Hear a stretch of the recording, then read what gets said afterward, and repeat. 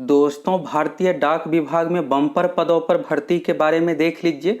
यह भर्ती दोस्तों 98,000 पदों पर है। जी हाँ दोस्तों, 98,083 पदों पर भर्ती के बारे में चलिए देख लीजिए। और इसमें जो दोस्तों पोस्ट शामिल है एमटीएस, पोस्टमैन एवं मेल गार्ड।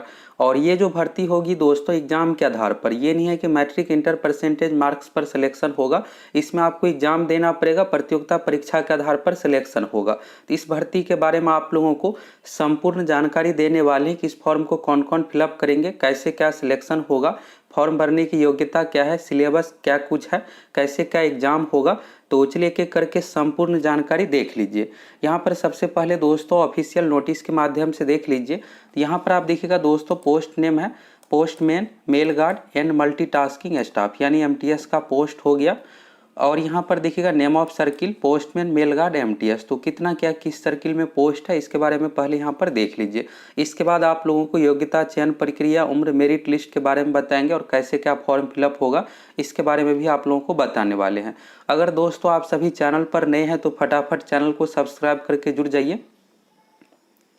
यहाँ पर देखिएगा दोस्तों सबसे पहले नंबर में एपी सर्किल यानी आंध्र प्रदेश सर्किल में पोस्टमैन का जो टोटल पोस्ट शामिल है 2289, मेल गार्ड का 108, एमटीएस का 1166।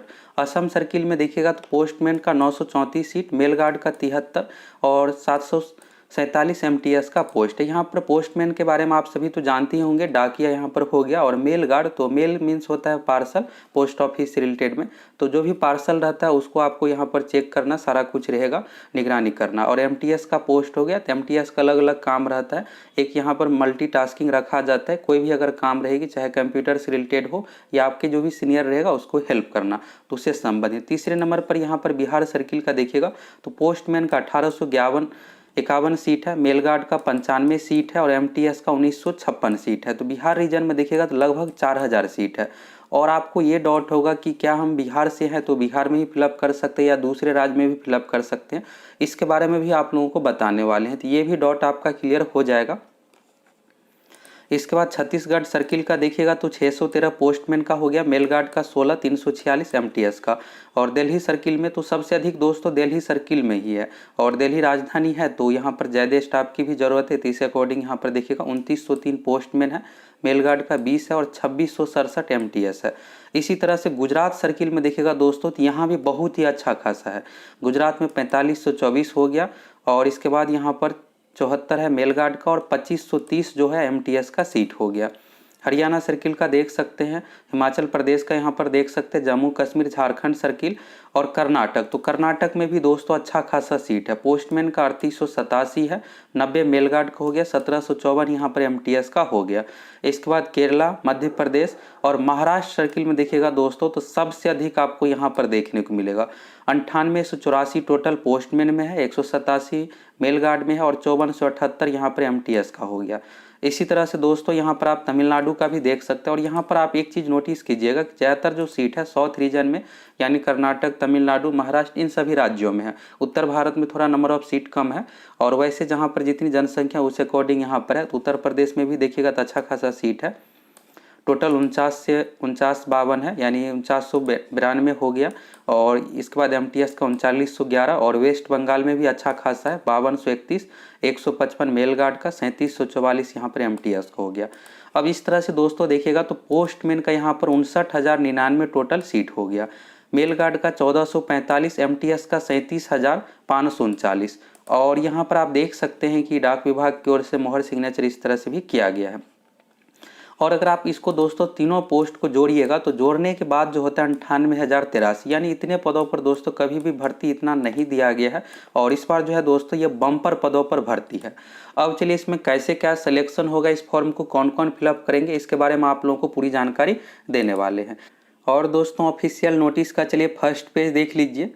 यहाँ पर देखिएगा दोस्तों government of India, ministry of communication यानी दूरसंचार विभाग, डिपार्टमेंट ऑफ पोस्ट। और यहाँ पर देखिएगा तो to all heads of circle. तो यहाँ पर सब्जेक्ट में देखिएगा दोस्तों सैंक्शन यानी स्वीकृत, strength of post in various cadre. तो यहाँ पर दोस्तों पोस्ट ऑफिस से संबंधित जितने भी तरह का पोस्ट है, चाहे एमटीएस का हो गया, postman, mail guard, stenographer, postal assistant, sorting assistant, जितने भी यहाँ पर स्टाफ की जरूरत है, आवश्यकता है, उस अकॉर्डिंग यहाँ पर 1 अगस्त 2022 के अनुसार स्वीकृत किया गया है।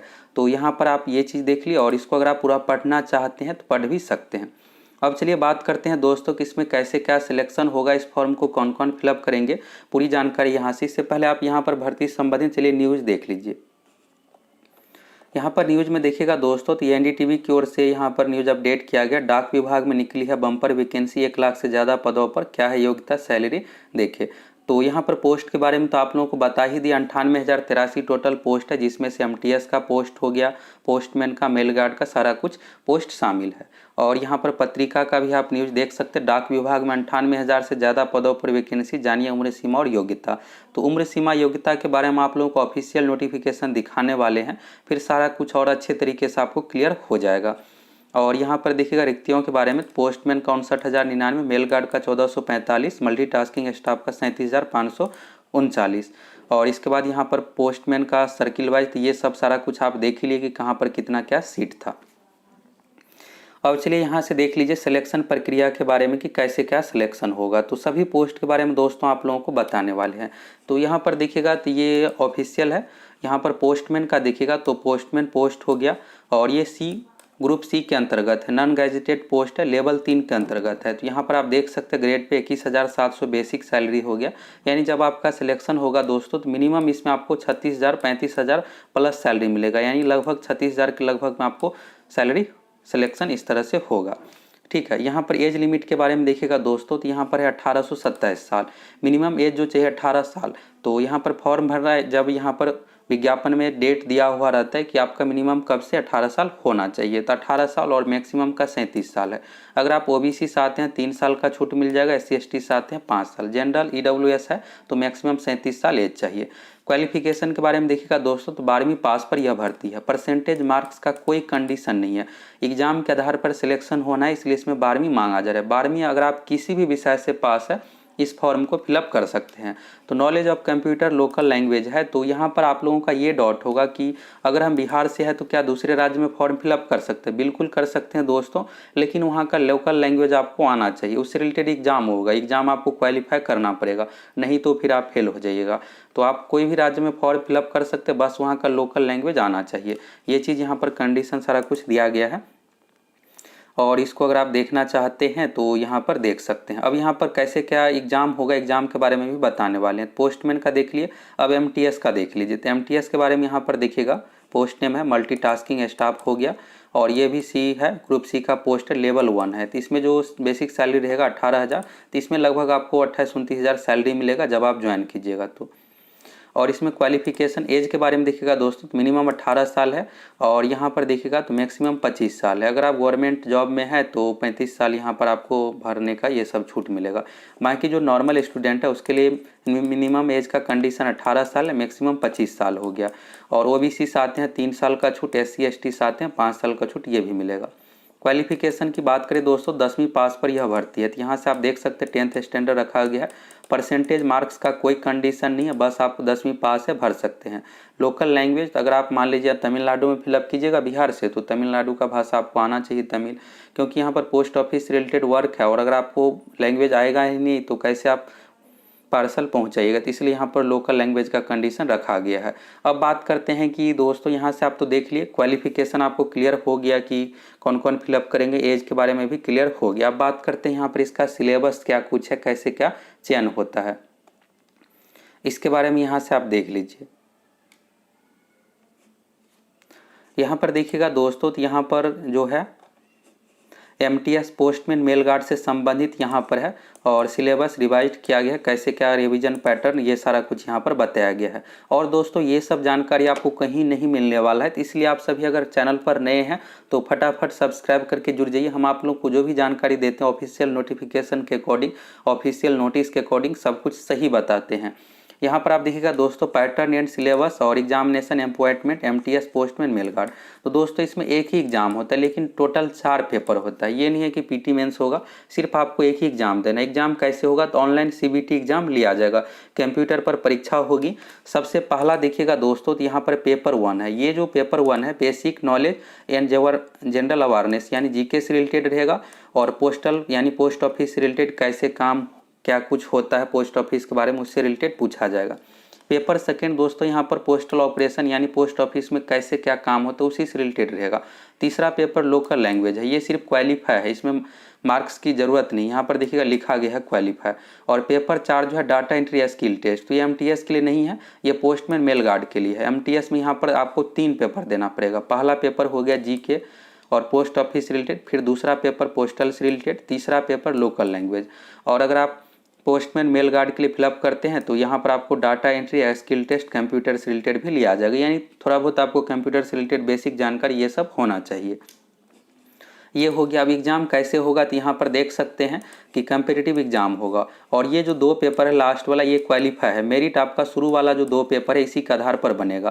क्वेश्चन एमसीक्यू टाइप का पूछा जाएगा, यानी ऑब्जेक्टिव 4 ऑप्शन रहेगा। पहला जो पेपर है दोस्तों ये 100 अंक का है, दूसरा पेपर 50 अंक, टोटल जो मेरिट बनेगा 150 के आधार पर। और इसमें दोस्तों 90 से 92 पर रिजल्ट हो जाता है। एक सेपरेट वीडियो में आप लोगों को सर्किल वाइज प्रीवियस ईयर का कटअप भी दिखाएंगे, किस रीजन में कटअप कम जाता है, कहाँ पर अधिक जाता है, सारा कुछ। तो 150 के आधार पर बनेगा। बाकी इधर 50 और 25 है, ये 75 है, ये सिर्फ क्वालिफाई है। इसमें आपको सिर्फ क्वालिफाई करना है 75 में, इसका मार्क्स मेरिट में नहीं जुटेगा। और यहाँ पर देखिएगा क्वेश्चन पेपर इंग्लिश हिंदी में रहेगा, साथ में लोकल लैंग्वेज में भी। इसके बाद यहाँ पर देखिएगा आंसर जो है एमसीक्यू में 4 ऑप्शन रहेगा, जिसमें से आपको चूज करना है। सिलेक्शन परसेंटेज का कंडीशन है 40%, और इधर क्वालिफाई वाला पेपर में टाइपिंग में 60% और लोकल लैंग्वेज में 40%, यानी जो क्वेश्चन रहेगा उसमें आपको 40% बस मार्क्स लाना है। और मेरिट जो बनेगा दोस्तों पेपर 1 और पेपर 2 में मार्क्स के आधार पर। एक और सेपरेट वीडियो में दोस्तों आप लोग को पूरे डिटेल्स में सिलेबस बताएंगे। तो यहाँ पर आप सिंपल सा ये समझिए, एमटीएस के लिए आपको 3 पेपर देना है। मेरिट जो बनेगा आपका पेपर 1 पेपर 2 में मार्क्स के आधार पर। पेपर 3 जो है लोकल लैंग्वेज, यानी अगर आप बिहार से है तो हिंदी में पेपर आपका होगा, हिंदी से रिलेटेड क्वेश्चन पूछा जाएगा। तो बस इसमें आपको 40% मार्क्स लाना है।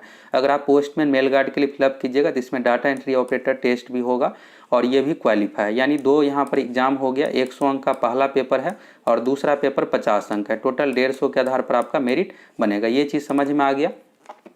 अब यहाँ से बात करते हैं कि आप दूसरे रीजन में फॉर्म फिलअप कर सकते हैं या नहीं, तो बिल्कुल कर सकते हैं दोस्तों। यहाँ पर लोकल लैंग्वेज का कंडीशन है, ये आपको बस आना चाहिए। यहाँ पर देखिएगा आंध्र प्रदेश में, तो आंध्र प्रदेश से रिलेटेड यहाँ पर तेलुगु आपको आना चाहिए। तेलुगु अगर आ रहा है तो फॉर्म बिल्कुल फिलअप कीजिए और उसी लोकल लैंग्वेज में आपका क्वेश्चन पूछा जाएगा, लगभग 25 क्वेश्चन, और उसमें आप 40% मार्क्स ला लीजिए, 20 बस आपका सिलेक्शन हो जाएगा। और आंध्र प्रदेश, असम ये सब में कटअप बहुत कम जाता है।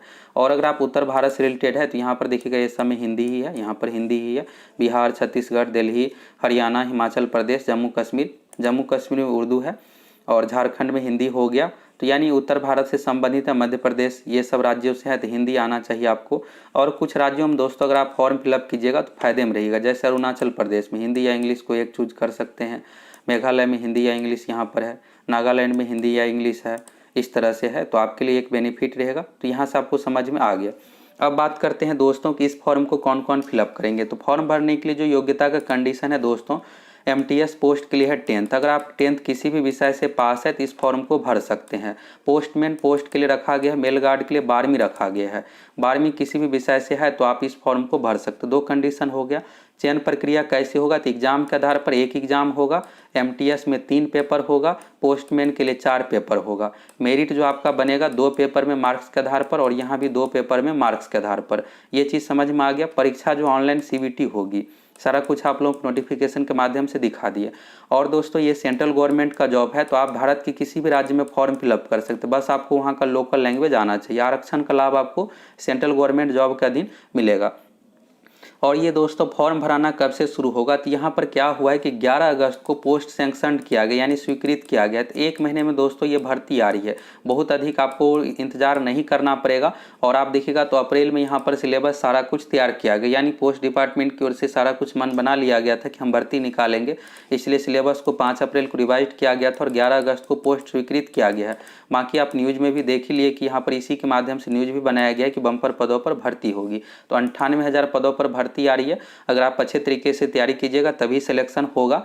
और दोस्तों अगर आप सभी चैनल पर नए हैं तो फटाफट चैनल को सब्सक्राइब करके जुड़िए। एक सेपरेट वीडियो में आप लोगों को संपूर्ण सिलेबस के बारे में बताएंगे कि किस विषय से कितना क्या क्वेश्चन पूछा जाता है, पोस्ट ऑफिस से रिलेटेड जो क्वेश्चन पूछा जाएगा कैसा क्वेश्चन रहता है। पिछले साल का हमारे पास क्वेश्चन पेपर भी उपलब्ध है 2021 एग्जाम का, तो ये क्वेश्चन पेपर भी आप लोगों को दिखाएंगे और इसमें कटअप कितना क्या जाता है इसके बारे में भी आप लोगों को बताएंगे। तो दोस्तों आप सभी चैनल को फटाफट सब्सक्राइब कर लीजिए और हम आप लोगों को इससे संबंधित संपूर्ण जानकारी एक एक करके देने वाले हैं। तो यहाँ से आपको सारा कुछ इस भर्ती के बारे में अच्छे से समझ में आ गया।